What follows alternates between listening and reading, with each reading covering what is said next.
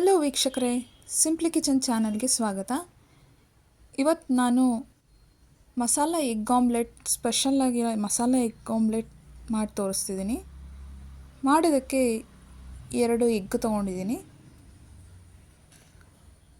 ಒಡೆದು 2 ಎಗ್ಗನ್ನು ಒಂದು ಬೌಲ್ಗೆ ಹಾಕ್ಕೊಂಡಿದ್ದೀನಿ.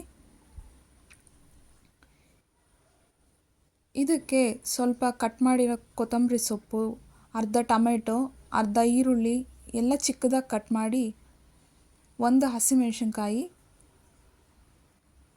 ನೀವು ಮಕ್ಳಿಗೆ ಕೊಡೋದಾದರೆ ಹಸಿಮೆಣಸಿನ್ಕಾಯಿ ಸ್ಕಿಪ್ ಮಾಡ್ಕೊಬೋದು.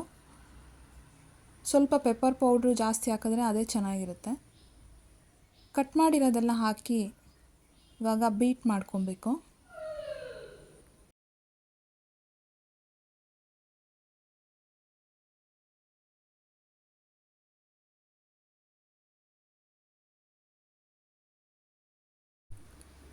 ಇದಕ್ಕೀಗ ಮಸಾಲ ಪೌಡ್ರು 1 ಚಿಟಿಕೆಯಷ್ಟು ಅರಿಶಿಣದ ಪುಡಿ ಹಾಕಿದ್ದೀನಿ, 1/4 ಸ್ಪೂನಷ್ಟು ಗರಂ ಮಸಾಲ ಪೌಡ್ರು, 1/4 ಸ್ಪೂನಷ್ಟು ಕೆಂಪು ಮೆಣಸಿನ್ಕಾಯಿ ಪುಡಿ, 1/4 ಸ್ಪೂನಷ್ಟು ಪೆಪ್ಪರ್ ಪೌಡ್ರು. ಇಷ್ಟು ಹಾಕಿ ನಿಮಗೆ ರುಚಿಗೆ ತಕ್ಕಷ್ಟು, 1/4 ಸ್ಪೂನಷ್ಟು ಹಾಕಿದ್ದೀನಿ ನಾನು ಉಪ್ಪು. ನಿಮ್ಗೆ ಎಷ್ಟು ಬೇಕೋ ಅಷ್ಟು ಹಾಕ್ಬೋದು. ಹಾಕಿ ಎಲ್ಲ ಒಂದು ಸರಿ ಬೀಟ್ ಮಾಡ್ಕೊಬೇಕು.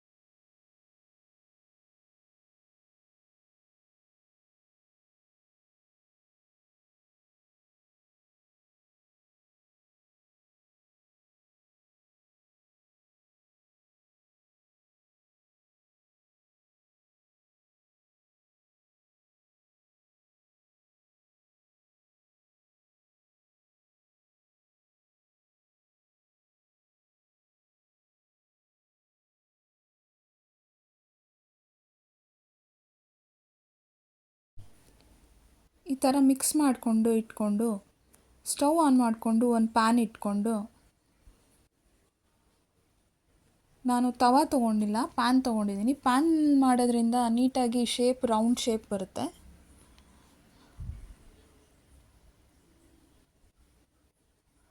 ಪ್ಯಾನ್ ಬಿಸಿ ಆದಮೇಲೆ ನಾವು ಮಾಡಿಟ್ಕೊಂಡು ಎಗ್ ಮಿಕ್ಸರ್ನ ಇದಕ್ಕೆ ಹಾಕಿ ನೀಟಾಗಿ ಒಂದು ಸರಿ ಸ್ಪ್ರೆಡ್ ಮಾಡ್ಕೊಬೇಕು.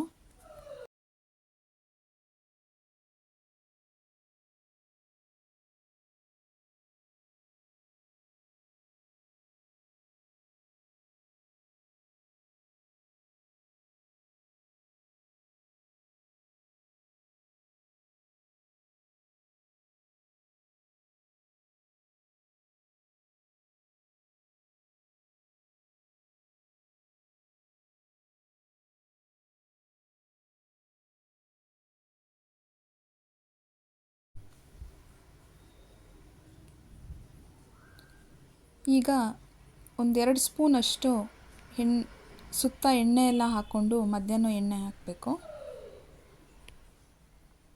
ಹಾಕ್ಕೊಂಡು ಇವಾಗ ಇನ್ನೊಂದು ಸೈಡು ತಿರುಗಿಸ್ಕೊಂಡು ಫ್ರೈ ಮಾಡ್ಕೊಬೇಕು.